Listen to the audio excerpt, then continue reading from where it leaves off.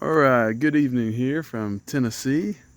Just wanted to give a little garden update. It is September 12th, and this has really been the first week we've started to get a little change in weather, dropping into the 60s or high 50s at night. October's coming, so winter protection methods are getting into place, and I hopefully have some videos on that.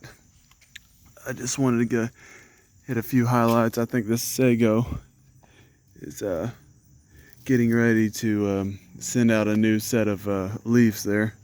So last year we had 3 sets in 1 year, and this year it looks like we're just gonna have 2. But from what I hear, these king sagos, sometimes they won't even grow a set even in 1 year. Sometimes it takes 2 years for one set.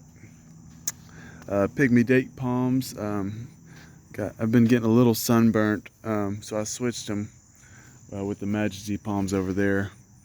The inset morellii, red obsidian bananas, are quite a bit bigger since the last video. Washingtonia robusta, get a lot fatter from at the first of the growing season. And then pick me up from, got these on Etsy. This is a hybrid trachycarpus fortunei, hybridized between Bulgaria and Wagnerianus. So waggy palm, and then this is the Nannytal. So this is kind of like the windmill fortunei on steroids. It gets a lot fatter trunk. Areca palm is still hanging in there. Pretty soon this sylvester palm, Phoenix sylvestris, I'll be cutting off those older fronds and a little bit of stunted growth on this new set of fronds, just because I was trying to do surgery on them, the roots, right when it was pushing out, so I think it halted its growth. But it is very, very symmetrical palm. This is something you'd want to have a standalone palm, like a centerpiece. It does really well. It's very architectural.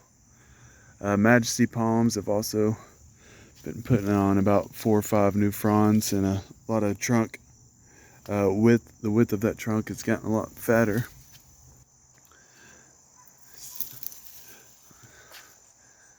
We got the Christmas palm, Adonidia morellii.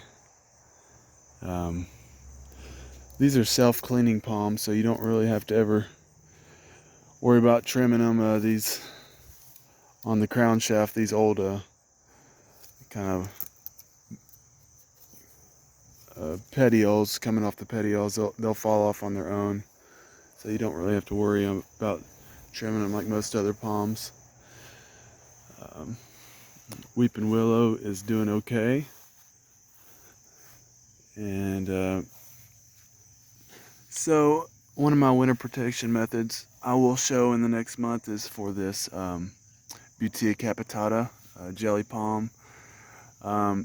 This one, and also I'll show you my windmill over there that is a 3-gallon. Will probably be my only palms that I wrap with C9 lights. All my other palms I'm probably just gonna wrap. And I'll kind of explain why I'm in 7A and how I'm gonna get away with that. Bottleneck palm is starting to push the new frond, which is good. Those are slow growing, and usually these typically don't hold more than 6 or 7 fronds at once. So usually the old ones will die off as the new ones coming, but so it's a slow grower. We'll come around here. I was in Greenville, South Carolina 2 weeks ago and picked me up a yucca rostrata, cold hardy down to, we've got a friend hanging out in the jungle. We don't have panthers here in Tennessee, but we have alley cats. My neighbor has been feeding some feral cats, so we get 10 or 15 of them. But the yucca rostrata is, like I said, cold hardy down to zone 5, so it'll have no problem here. And I wanted to Wanted to add a little Mediterranean feel.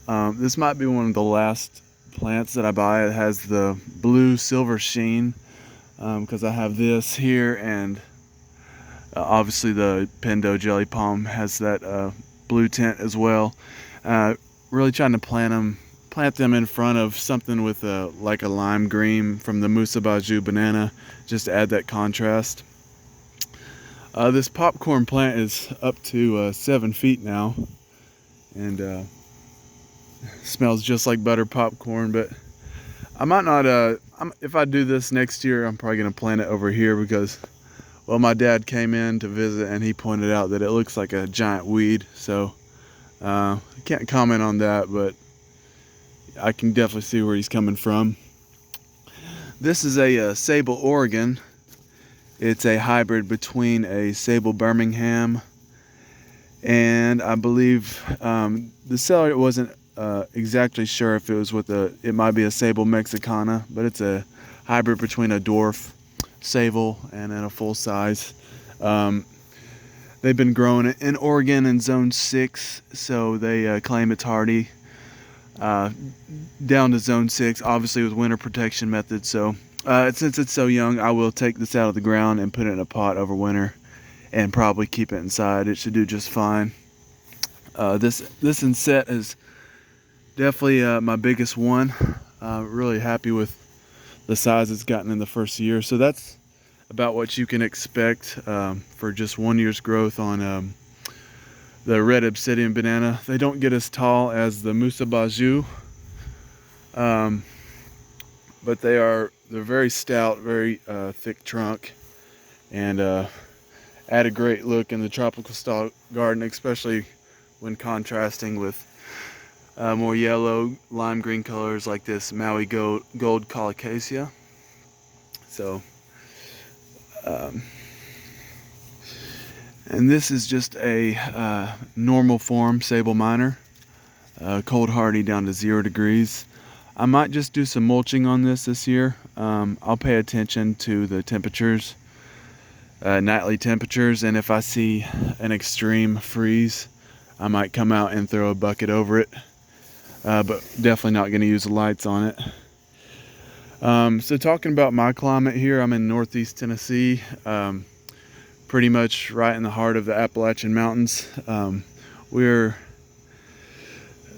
zone 6B, but I'm actually classified in 7A, and I went back and looked at the past 7 years of our lows in January and February, and we've actually not really gotten below 5 degrees in the past 7 years.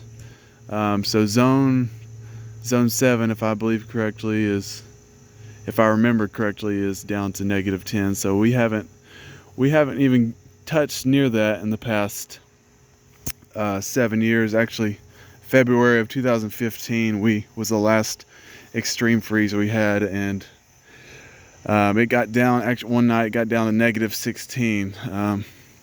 But we haven't seen that since. So obviously, if I see something coming in the forecast, I will plan accordingly as fast as I can. So I got my sago palm, my Jurassic fern. This was the other windmill. I am going to keep this in the ground. This is a zone 7 palm. It would prefer to be in zone 8, but I'm going to go ahead and build a little a box for it. I will show that in later videos. And then sorry, we got a little moped going, but we'll wrap that in C9 incandescent bulbs to give it some extra heat with some thermocubes. Ostrich ferns. This is some cordyline fructicosa red Hawaiian tea. And I'm starting to really get interested in these tropical, filler plants. This is a Fatsia japonica.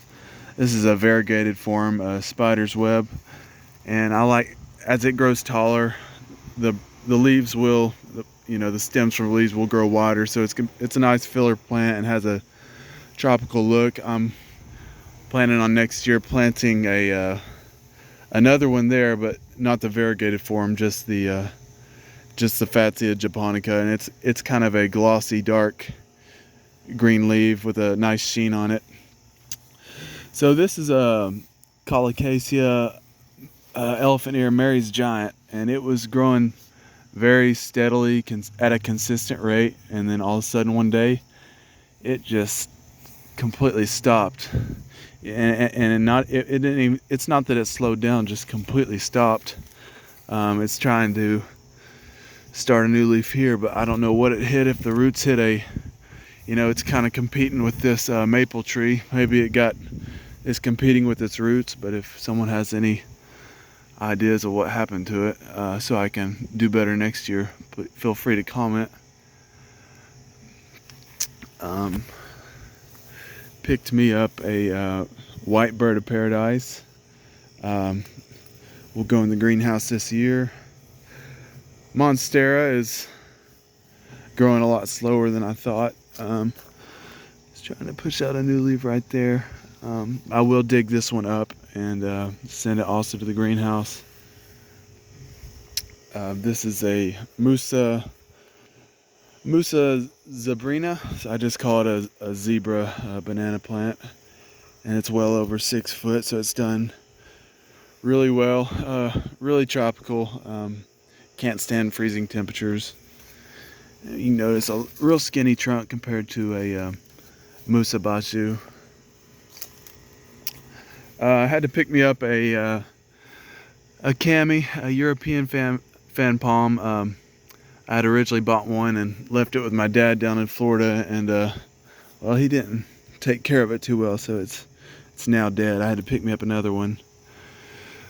This Serranoa repens, saw palmetto silver form.